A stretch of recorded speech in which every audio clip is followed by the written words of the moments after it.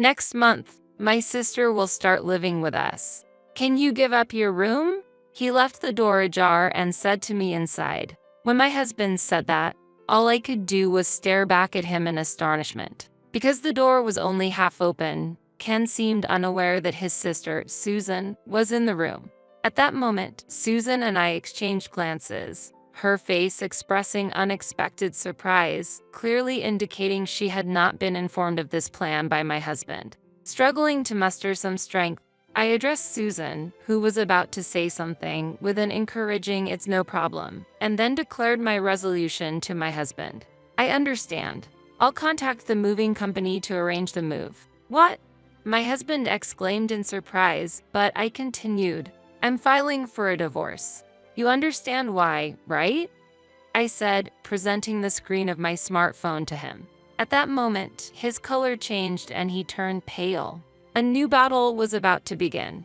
My name is Lisa. The year I turned 26, I unexpectedly ran into Susan, whom I looked up to during my university years, on the street. Upon meeting her, she introduced me to her younger brother, Ken. That was when me and Ken met. Susan was, thanks to her warm personality, beloved by many, especially her juniors. She always listened to our questions and went out of her way to teach us whenever we didn't understand something. We hit it off and developed a particularly close relationship. She often reached out to me. Even after graduating from university, we continued to stay in touch. We exchanged messages and even sent letters to each other, joyfully sharing updates about our lives. Since Ken was the same age as me, Susan arranged for us to have tea together. When Ken learned we were the same age, he suggested, "You don't have to call me little brother. Since we're the same age, just call me Ken." After that, I started calling him Ken. He called Melissa, and thanks to Susan, we had a delightful tea time. Later, when Susan asked me about my impression of Ken, I replied, "He's a nice person, just like I had imagined." She responded, "It seems like a tough journey ahead, but I'm glad you think of him favorably." At the time, I didn't grasp the meaning of Susan's comment, but it turned out that Ken was interested in me and had consulted with Susan about wanting to meet again. Hearing this, Susan went out of her way to call me to see if something was going on between us. Later, Ken, Susan, and I had another meal together, during which Susan had to step away temporarily due to a sudden call from her workplace. That's when Ken proposed to me, saying, "I've been interested in you. Would you consider going out with me? Even if it's just as a trial?" I didn't have special feelings for Ken at that time, but I agreed to date him, not wanting to hurt his feelings and feeling it would be unfair to Susan. Days passed, and during a date without Susan, I surprisingly found myself enjoying Ken's company and the date. This might actually be good. I began to think, and it seemed my feelings were conveyed to Ken as well. Susan warmly watched over us as we got along well, and both Ken's parents and mine supported our relationship. After 2 years of dating, we decided to get married. Both families expressed their joy as if they had been waiting for this moment, and we blushed with bashful smiles. It wasn't until the exchange of business cards between Ken's father and my father when they met that I first learned Susan and Ken were actually the daughter and son of a CEO. Susan, with an apologetic demeanor, explained, "My father always told me not to disclose this matter. That's why I couldn't talk about it until now." Understanding it was probably a measure to ward off those targeting their wealth, I conveyed that it didn't bother me at all. Learning that Susan and Ken were considered future CEO candidates in their father's company, I was only able to express my surprise. "Oh, I see." Despite knowing Susan and Ken's potential future roles, my attitude towards them didn't change. My in-laws, very pleased with my attitude, offered to cover the entire cost of our wedding. When I shared that I intended to pay with my own funds, my parents revealed, "You see, we've actually been saving up for your wedding." Eventually, both our parents decided to cover the wedding expenses. With blessings for our marriage from both sides, I vowed that I would repay their kindness. After getting married, I actively sought to deepen our relationships by regularly communicating with my in-laws and my own parents, and sending gifts. I felt we had a great relationship. The interaction between our families increased as all four parents went on a hot spring trip together. However, 3 years into our marriage, I started noticing changes in Ken's behavior. Initially, it was just a slight sense of discomfort. Despite Ken's workplace supposedly having less overtime, he spent most of the week working late and often came home smelling of alcohol. Perhaps he was just drinking alone at a bar after work. I knew that his job was demanding, especially since he was expected to be the next CEO. I wanted to support him as much as possible. Still, the ongoing overtime was concerning. One day, worried, I directly asked him about his situation. "Are you okay? You've been doing a lot of overtime lately. Aren't you feeling tired?" Concerned about his daily fatigue and attempting to have a conversation with him, he reacted with obvious irritation. "I can take care of myself. I want to be free from work stress at home. Please don't bring up overtime," he said, and with those words, he turned on the TV, ending our conversation there. I noticed that his attitude had become particularly cold recently. It might be the exhaustion from work. Hoping to help him regain his energy, I tried to alleviate his fatigue with hot baths and made his favorite dishes for lunch. However, one day, when I came home and went to wash his used lunchbox, I noticed that the usual dividers and small cups were missing. While I was happy that he was eating his lunch, the disappearance of the dividers and cups was certainly not normal. Faced with this situation, I got worried. A terrible thought crossed my mind. Could it be that he's throwing away the lunches I made with love? If he threw away the lunch, it would make sense that the dividers and cups would also be discarded, hence why they were missing. That day, I was enveloped in deep sadness as I looked at the empty lunchbox. The thought that the lunches I made might have been thrown away made my heart ache, and tears started to flow. I had doubts in my heart, wondering, is he throwing away the lunches I made? Yet, I didn't have the courage to confront him directly with this question. Instead, I casually asked, "Do you mind if I stop making lunches for you?" He appeared momentarily puzzled, but then, after some thought, replied, "That might be better. What one wants to eat can change daily, and it must be hard for you to make lunch every day. You don't need to make it from tomorrow on." It seemed as if he was saying he didn't need the lunch out of consideration for me, but the thought that my homemade lunches were unnecessary for him pained my heart. The next day, while I was working in my room, I heard Ken, not knowing he returned home already, talking on the phone in the next room with the window open, and his voice inadvertently reached me. "Well, my wife asked me if it's okay not to make lunches from tomorrow on." I wondered what she was thinking, considering she's the one being supported by me. I kind of pondered what she had provided since we got married, but it was troublesome to carry around garbage, so I pretended to be considerate and told her it's okay not to make lunches anymore. Hearing his words hurt me and enveloped me in sadness. In that moment, my hand moved unconsciously, activating the recording app on my smartphone. Listening to the recording later, I realized Ken had been speaking quite loudly on the phone, and his words were clearly captured. I had no idea how to handle the situation. At that time, I decided to consult with Susan, who had always been a strong presence in my life. When I mentioned that I wanted to talk about something, she made time on her next day off, and we went to a cafe with private cabins together. It was comforting to know that even if I started crying, I won't have to worry about others around me. When I began to earnestly talk about wanting to know how Ken behaves at work, Susan listened intently with a serious expression. Upon hearing Ken's recorded voice, she was outraged, saying, "That's unacceptable. Treating the lunches you painstakingly made as trash. Complaining about lunches made for him. And what does he mean by what she has provided? You have been doing all the household chores, right?" I could only nod in silence. We both work, but since getting married, I naturally took on all the household duties. I was under the impression that his work was more demanding than mine. That's why I never asked him to help with chores at home, thinking his position as a future CEO candidate was challenging enough and wanting him to have some peace and quiet at home. But to think that my efforts were taken for granted and even perceived as nothing. I can't understand why Ken suddenly started saying such things. Maybe something happened at work. His overtime has increased lately. What? Our company is currently aiming to eliminate overtime, so there's no way Ken is working late. What? I was shocked to learn that he was lying. What on earth was going on with him? As I truly enjoyed our time together and felt deeply for him, knowing about his betrayal made tears stream down my face uncontrollably. Susan gently placed her hand on my shoulder and said, "Don't worry. I'll look into Ken's situation. It's okay for you to go back to your parents' house for a while. Discuss it with your father and mother.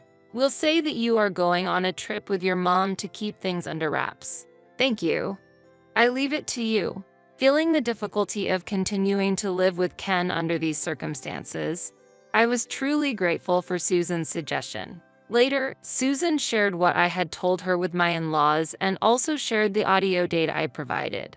They promised to do their utmost to investigate Ken's actions. Having allies other than Ken was incredibly reassuring for me, a testament to the good relationships we've built over time. And within just a week, Susan and my in-laws came to visit my parents' house. As soon as they entered the living room and said, "We are terribly sorry," my whole family, including myself, were taken aback. We quickly asked them to sit down on the sofa, served tea, and then began to inquire about what had happened. The truth is, I am very sorry to say, but our son seems to be having an affair. The father-in-law started to explain with a sense of unease. Having been quietly reflecting at my parents' home, I had suspected that Ken might be having an affair, so it wasn't entirely unexpected. However, faced with the reality of one's spouse being unfaithful was an immeasurable blow. At that moment, I felt all the strength drain from my body, and my mother gently supported my shoulder, seeing my distress. It appears that during Ken's absence, my in-laws and Susan discreetly investigated his actions at work, checking security footage, and uncovered his affair with a new female employee. Due to Susan being in a different department and Ken's position as the CEO's son, no one felt able to speak up, which led to this situation. The new employee was informed by her colleagues that Ken was married, yet she responded with indifference, continuing the relationship despite knowing he was married. During lunch breaks, Ken was seen in the relaxation area with the new employee, sharing the lunch she brought. This seems to be the reason as to why he no longer needed the lunches you made, resulting in him discarding them. In fact, there were witnesses who saw the new employee empty the lunchbox contents into a trash can. It was unbelievable that something like this had been going on at the company, and that people knew yet remained silent. Did the president's son and his affair partner have that much influence within the company? The father-in-law, deeply pained by the situation, expressed, "I cannot believe such things were happening in our company. I am really sorry. I feel remorseful not just for my son's actions but also for my position as the leader of the organization." He then made it clear, "There is one thing this incident has made evident. He is not fit to take over our business. It's secondary whether he has the business acumen or not. A person who strays from the right path cannot be entrusted with our company." Hearing this, I felt a sense of relief. I had sensed that Ken's current arrogance was due to his awareness of being a future CEO candidate. If he loses his position as a potential CEO, I thought he might become more humble. Even if we might have been able to repair our relationship and return to normal, it was impossible for me to continue living under the same roof with him. I made up my mind to divorce him. The first thing to do was to go back home and have a serious conversation with Ken. Susan insisted on coming with me, saying, "I'm worried about you being alone." "Oh, right? We should call the moving company in advance." "Father, please take care of that." "All right, I'll handle it." My father-in-law replied, and I asked him to arrange various things before heading home with Susan. While Ken was not home yet, I started packing my belongings in my room. Then, it seemed Ken had returned home and was approaching my room with loud footsteps. "Next month, my sister will start living with us. Can you give up your room?" He said this with the door half open, not realizing that Susan was in the room with me.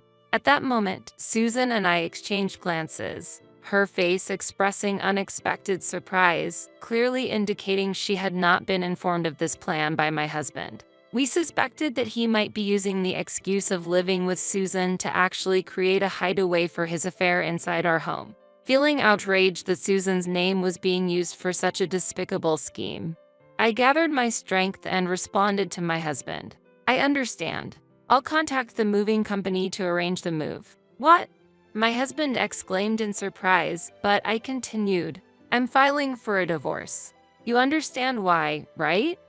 I said, presenting the screen of my smartphone to him. At that moment, his face turned pale, shocked by the image on the screen, a photo I received from my father-in-law showing Ken and the new female employee intimately together at the company. The extent of their reckless behavior was evident from photos taken by their colleagues and surveillance camera footage, showing how thoughtlessly they acted without regard for those around them. What are these? Where did these photos come from? And what is this moving company? My husband asked in confusion. At that moment, a lively voice from the entrance said, "Excuse us." And Ken rushed to the entrance, only to see the movers entering our home. What's going on? He tried to stop the movers, but during that moment, I handed him the divorce papers. When he turned around, my sister-in-law, who had been hiding behind me, appeared, making his face turn even paler. "Susan, just sign it quickly. Don't cause any more trouble for Lisa." What are you talking about? Did Lisa call you here? This is my house. Oh, the sofa. And the massage chair. They're mine. While he was shouting and holding his head, my father-in-law entered, bypassing the movers. What are you talking about? I gave all these as presents. They are not yours. You haven't done anything for Lisa on your own, yet you speak like this. Dad, Ken must not have expected his family to come together and criticize him for planning to use my room for another purpose. He probably never thought that I would seek help from anyone else because I had always been devoted to him. He might have thought that I would tolerate his infidelity and say nothing, enduring it quietly. But there were things even I couldn't tolerate. I can't build trust with someone who throws away my homemade lunches while eating another's and boldly lying. Why is everyone? In front of me stood not only my father-in-law but also my mother-in-law and my parents, all casting cold gazes at Ken. It didn't take long for Ken to realize he had no allies left. You are no longer a part of this family. Wow. To engage in an affair within the company. You've got nerves. You will be transferred to our overseas factory.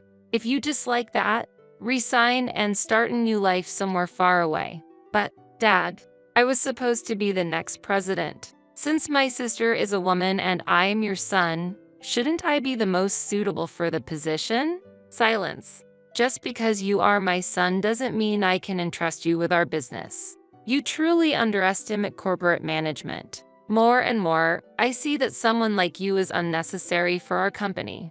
My father-in-law's stern words completely unsettled Ken, shattering his title of future CEO candidate. As a result, he signed the divorce papers in front of me, appearing soulless, ensuring that our divorce would be finalized smoothly. While Ken was in a daze, his parents took him back to their home. In the meantime, Susan helped me organize my belongings, and I was able to return to my parents' home. The furniture moved out by the movers was stored in a rental warehouse, all high-quality items that my father-in-law offered for me to use freely when starting my new life. The next day, Ken's affair partner, unaware of anything, showed up at work and, upon learning that everything had been exposed, she shed tears.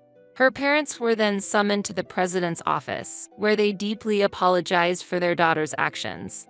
It seems her parents were planning to make their daughter work hard as a form of compensation for her actions. Meanwhile, Ken, failing to grasp the gravity of the situation, was sent off to the overseas factory, where he finally seemed to comprehend his predicament. Caught in a place where he can't escape the judgmental eyes of others, he seems to be making daily efforts to pay the alimony, despite wanting to return home. For about a month after the divorce, I was feeling depressed, but Susan invited me out and cheered me up. She even suggested, "How about we share a room together?" So now we are happily searching for a place to live together.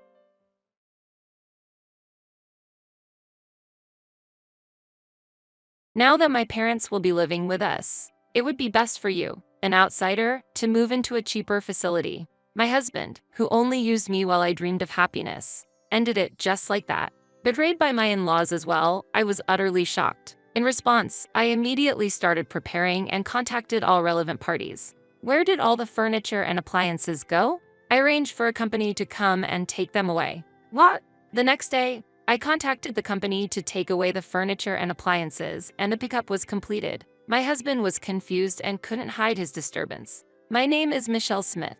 I am 35 years old. After graduating from college, I continued to work from home. I commute only once a month. I am employed as a regular employee, but the company has been very considerate of my situation. The reason is that both of my legs are disabled. Therefore, I use a wheelchair even for moving around indoors. This condition was caused by a motorcycle accident during my college years. I was hit from behind on the highway and thrown into the air. I remember the sensation at that time. Everything was strangely in slow motion. This might be the end, I thought calmly while I was in the air. Fortunately, my life was spared, but my legs became disabled. I am still continuing rehabilitation, but it seems unlikely that I will return to my previous condition. I have lived a life using a wheelchair for many years. Perhaps I will spend the rest of my life being single. After coming to terms with the condition of my legs, the me who once longed for marriage began to feel this way. At one time, my friends planned a mixer for me.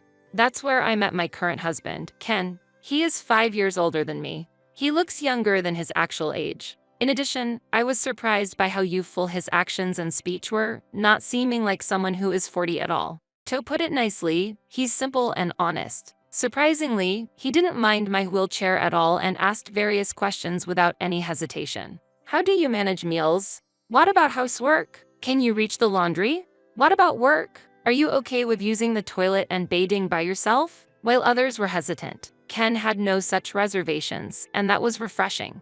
I was so happy because I had never met someone I could talk to so openly. While most people would not ask about my legs, Ken did not hesitate to ask various questions. Normally, it might be considered rude, but his interest was a joy for me. He was genuinely interested in me. After several dates, we started dating. With him, I can surely be happy. At that time, only Ken was in my eyes, and I felt like I would never meet anyone else who could be by my side. Then, about half a year into our relationship, I received a proposal, and I felt extremely happy at that moment. However, the situation changed drastically shortly after we got married. We started our married life together in my single-family home. This house is a bit expensive for rent, but is a comfortable dwelling suitable for wheelchair living. Probably it's thanks to the previous tenant who modified it for barrier-free access. Ken liked this spacious house. Since I spend a lot of time at home, I took on most of the housework. Sometimes, when I was not feeling well, I would ask him for help, but he would say, "I'm tired today," and wouldn't help at all. Moreover, he refused to assist with bathing. What? No, I don't want to do that. Indeed, I can manage by myself, but it takes a considerable amount of time. When I was living alone, I used to have a helper come twice a week to assist with bathing, but on the other days, I managed by myself. Although I'm used to it, I can't help thinking it would be easier if Ken would help. It always took a long time to take a bath. I was not hiring a helper anymore because Ken said it was a waste of money. While relaxing in the bath, I suddenly thought, my arms are tired. This bathroom was originally adapted for barrier-free access. It was an important factor when choosing the property. However, when Ken takes a bath first, he doesn't put away the wash bowl, and he leaves shampoo bottles directly on the floor. It takes extra time and effort to pick them up. Can't you consider that I have to bathe by myself too? I want to take a bath without thinking about anything. Ken wouldn't listen to anything I said. This house is adapted for you. I moved here for you, you know. Got a problem with that? But you said you wanted to live here too, right? Huh? When did I say something like that? This house is where I lived before. Therefore, it is adapted so that I can live comfortably even with a wheelchair. When Ken first came here, he was impressed with the size of the house and the appliances, especially because I had invested a bit in electronics and furniture. I want to live here after we get married, he had said. Now he says, these handrails are in the way. It's like a nursing home. Why would you say something like that? Maybe I should have looked for other houses as well. It was only after we started living together that I finally realized. Ken decided to marry me because I had a house, a stable income, and domestic skills. Even during the mixer, he actively asked about my housekeeping skills. Marrying me, despite my disability, earned him praise as the ideal husband and a kind husband from those around us. But that was a misunderstanding. Despite my disability, I am independent, yet he is dependent on me for everything. As evidence, he spends most days out and about. Since the beginning of our relationship, he hasn't held a stable job and continues to live a part-time lifestyle. After getting married and realizing this reality, I have been brought to tears by my own pitiful situation. Yet, I chose not to leave him. I convinced myself that the fact he married me means he must have some affection for me, though I do not feel completely loved by him. Hey, can you give me some pocket money? I just gave you some, didn't I? I've already spent that. Ken, though unemployed, started demanding money from me. So, I consulted Ken's mother. Ken doesn't seem willing to work. What should I do? He's been working hard for a long time, so he's just tired. Let him rest a bit. My mother-in-law, who had always said, consult me about anything, ended up taking her son's side when I actually did. Indeed, Ken is her only son, so maybe it can't be helped, but I was not satisfied with that answer. My parents have already passed away, and I have no other family to rely on. Therefore, I was enveloped in despair. I thought about seeking advice from friends, but when I once mentioned a minor complaint, I was told that's a luxurious problem to have. Ken's outward appearance is that good. That evening, I ended up being scolded by Ken. What's this, huh? You've been talking unnecessary things to my mom. Are you talking about the job? Yes, that. Why would you say something that worries the elderly? I can't believe it. Then, you should just work so you won't cause any worry. When I argued back, Ken left the house. Whenever things don't go his way, he runs away. And then he comes back late at night, drunk. It's me. I'm back. It's already morning. Keep it down because it bothers the neighbors. Shut up. Don't talk back to me. When he's drunk, he becomes uncontrollable. In times like this, all I can do is stay silent and endure. I might have reached my limit. That's what I started to think. But becoming lonely again is hard. I was wondering whether I should continue to endure or live alone for the rest of my life. When divorce started to seem like a realistic option, Ken suddenly made this suggestion. How about we live together with my parents? What, you mean move back to your parents' place? No, my parents will come here. Ken spoke as if living together was the natural course of action. And he had decided they would move into our house without consulting me. Indeed, my in-laws are getting older, and I understand the desire to be near them. But both are still healthy, and they have their own home, so it's unclear why they need to move here. Is it really necessary for them to live here? The house will be too small for 4 people, and I work from home, so it will cause problems. You always only think about yourself. I didn't realize you were such a cold person. I'm just saying it doesn't make sense to forcibly move here when there's a perfectly good house already available. This place is bigger, has the latest facilities, and is convenient, right? Plus, it's barrier-free.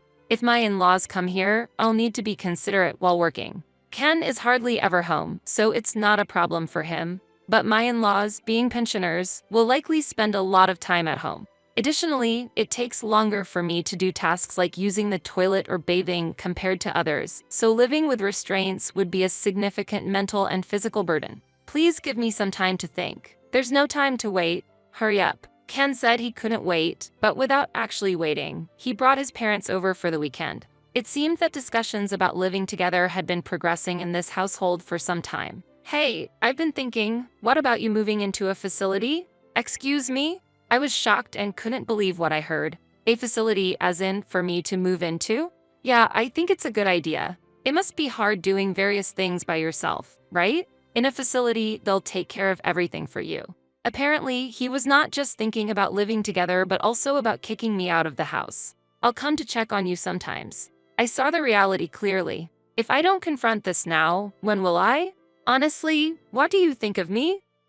You're my wife, right? You're saying you'd send your wife you love to a facility? Hold on. When did I ever say I loved you? I felt my face getting hot. This man was just using me all along. I should have realized that long ago. The moment I realized it was time to put an end to everything, Ken uttered something unbelievable. Since this house will be lived in by my parents and me, you, an outsider, will be moving into a cheaper facility. What do you mean? When I looked to my in-laws for some form of rescue, they wore sarcastic smiles. Why are you laughing? Well, it's just funny. Sorry about that. They might have had their eyes on my house since even before we got married. Clearly, the situation was moving rapidly. I felt a strong need to get them out of the house. Please leave. What did you say? Please leave right now. Hey, why are you speaking to my parents like that? It seemed like I was seeing Ken's true colors. He was shouting at me with a face full of anger. If he cares so much about his parents, he should earn and build a house for them. Why try to take mine? Anger was boiling over in my head. Ken, calm down. She is just shocked by the sudden news. We just came for a preliminary look today. Yes, it's natural to check the house before moving in. It has become more livable than before, with more appliances. They came with the serious intention of taking my house. I tried to take a deep breath to calm down. As I inhaled oxygen, suddenly, a suspicion crossed my mind. How do they plan to make a living after I leave? My in-laws live on their pension, and Ken is employed on a non-regular basis. Currently, I pay for all the rent and daily expenses of this house. Who will pay the $2,000 living expenses? Do my in-laws think Ken earns enough for the rent and living expenses? Regardless of my concerns, my in-laws left the house contentedly. Ken also left with them. I'll be staying at my parents' house tonight. Wait, I want to talk. There's nothing to talk about. I, as the head of the household, have made my decision. My opinion won't change. I was left behind, stunned and bewildered, but I couldn't just sit still. Thinking I had to come up with a plan, I contacted an acquaintance who is a real estate agent. That night, Ken stayed at his parents' house and did not return. They were probably celebrating together.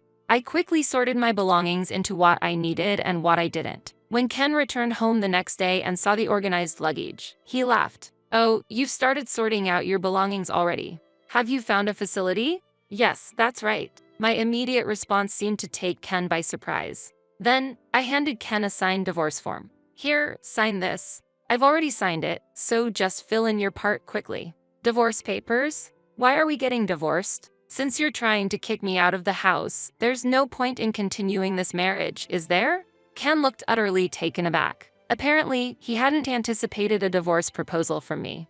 No, you can't manage without me, can you? Huh? I can't understand that reasoning. Who else is going to marry you, considering I'm your only option? If you divorce me, you'll likely be single for life. I can live on my own. But you wanted to get married, didn't you?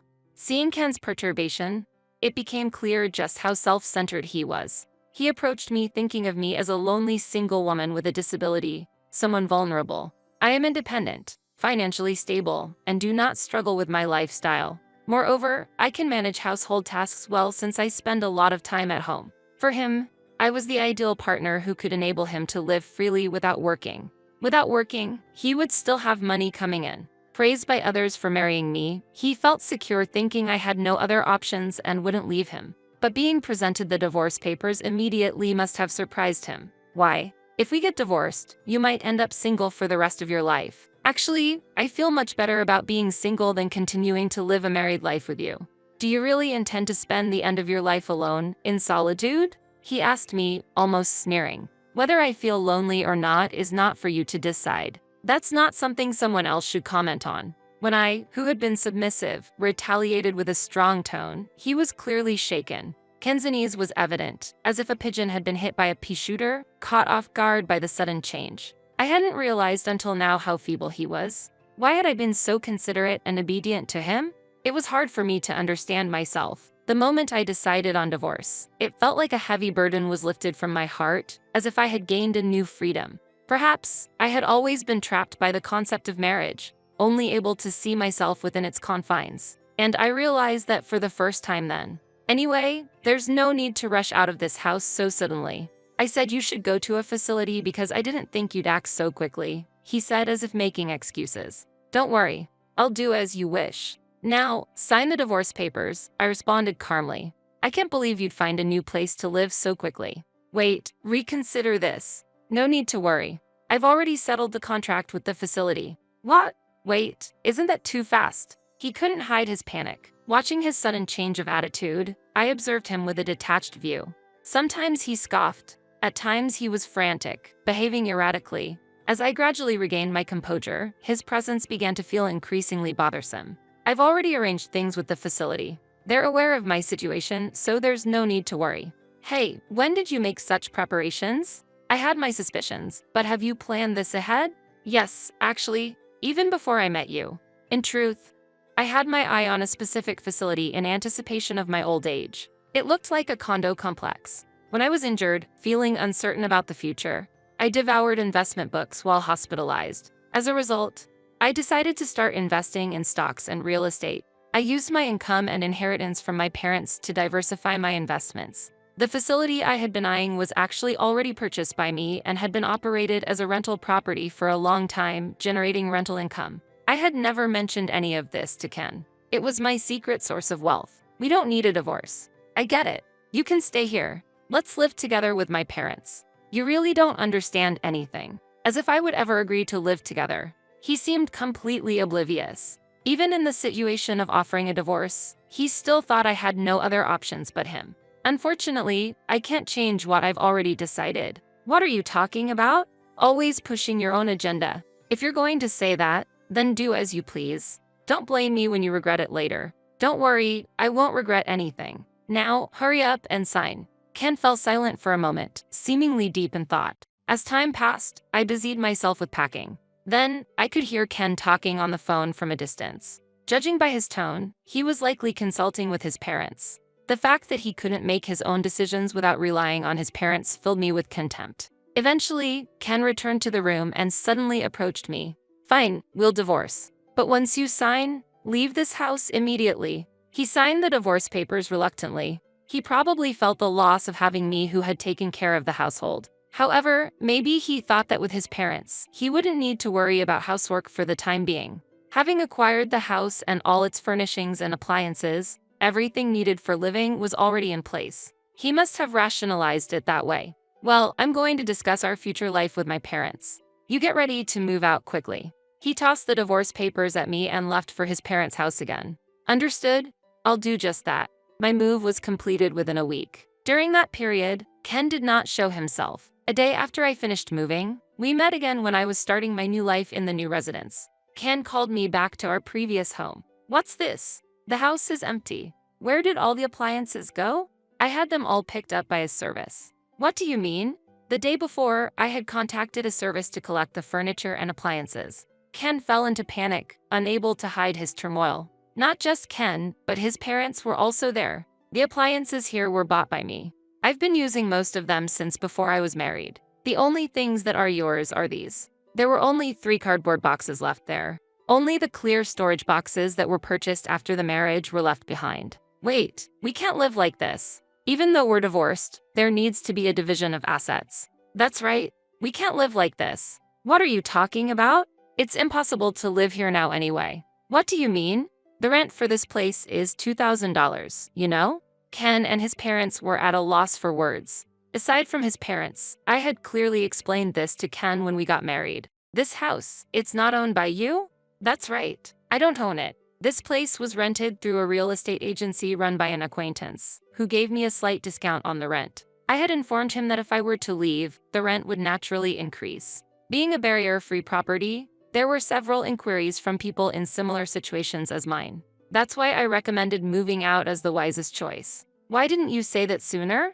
What are we supposed to do now? That's not my concern. I clearly explained it to Ken. I wasn't told, we'll sue. Their reaction was as expected. From the outside, it might look as if I suddenly demanded a divorce, relinquished the dwelling, and took away the furniture and appliances.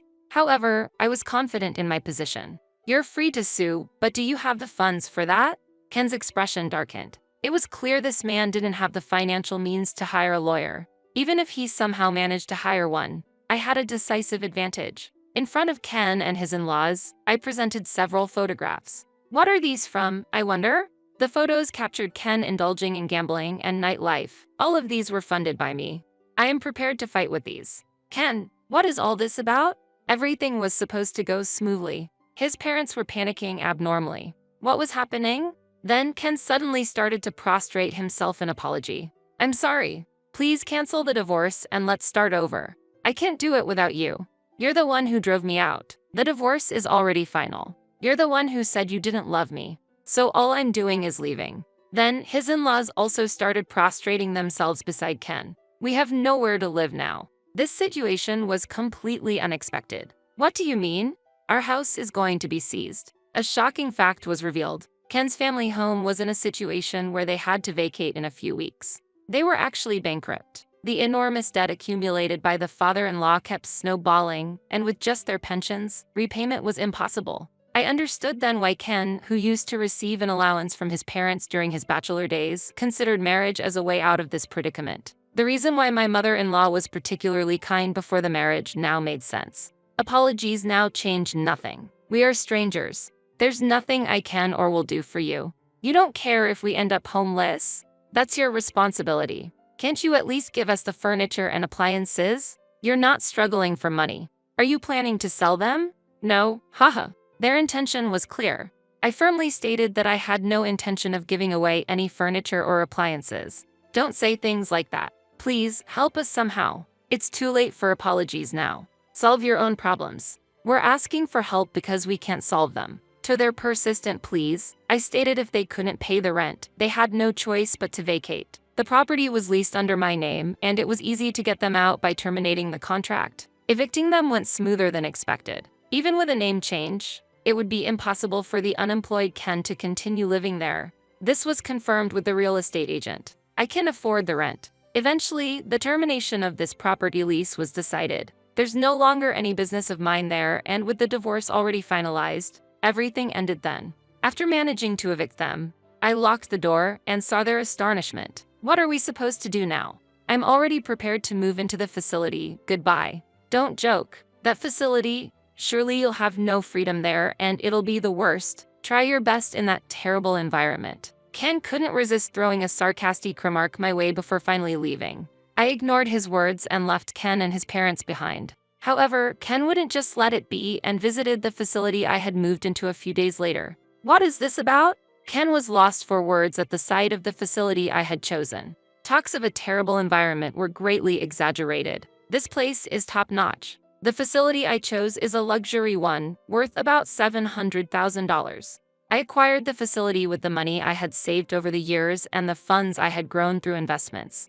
As a tenant just moved out, I was able to start living here. The temporary income from selling some appliances also helped, leaving me financially comfortable. The facility offers services worth its price, with doctors and helpers always on site. The layout is a spacious 3 rooms, creating a comfortable environment even for families. Hence, many couples and families also reside there. Daily assisted bathing services are provided, and there's a system in place to call for a helper whenever needed. Originally intended as a place to spend the final chapter of my life, I'm satisfied with my choice now that I'm living here. I had no idea you were so wealthy. So what if I was? It's a nuisance for you to show up here. We're strangers now, so could you please leave? At this point, Ken suddenly started behaving in a coquettish manner towards me. It was truly unpleasant. Can't you let me live here, just me? What are you saying? That's absolutely impossible. We're divorced. Accept the reality. But let's remarry. Actually, I'm living in an internet cafe now. Pitiful, isn't it? Without an address, I can't find a job. Such a self-serving man. Always putting his own convenience first. It seems he quickly abandoned his parents as well. He's utterly self-centered. Why don't you take a look in the mirror? You're looking quite miserable right now. What? Even as an adult, you're still taking money from your parents, living off your marriage like a parasite. And now you're practically a beggar without a home? Pathetic. Ken's face rapidly turned red. Aren't you embarrassed to be begging your ex-wife like this? Look, everyone's watching. Residents on the balcony were looking our way. In fact, I had asked for this in advance in case my ex-husband comes visiting. For everyone to witness his pitiful state. I had anticipated that Ken would eventually come to me, either to console me, believing I'd be in a miserable state in the facility, or to seek assistance. The community was very supportive, intentionally giving Ken sympathetic looks. Their acting was so realistic and moving, almost deserving of an applause. Bathed in the gaze of onlookers, Ken seemed to realize how dishonorable his actions were. I won't ask any more. Leaving those words behind with a pale face, he left. This should prevent him from coming again. Later, I ran into my mother-in-law who was working as a cashier at a supermarket. It appears my father-in-law was doing cleaning work, and my mother-in-law was on register duty. Upon seeing me, my mother-in-law hurriedly hid her face and avoided me. She was being scolded by a younger female employee for her behavior. I heard Ken was introduced to a job by someone he met at the internet cafe, working in a tough environment for a very low wage. As for me, I frequently host home parties, enjoying my time with people in the facility. I've made friends with other wheelchair users and with such a community. I wish I had moved here sooner. I'm living a comfortable and happy life. After a long time, I've also been able to devote time to rehabilitation. Currently, I'm working towards being able to walk a bit on my own feet. I'm spending my days satisfied with both my work and personal life.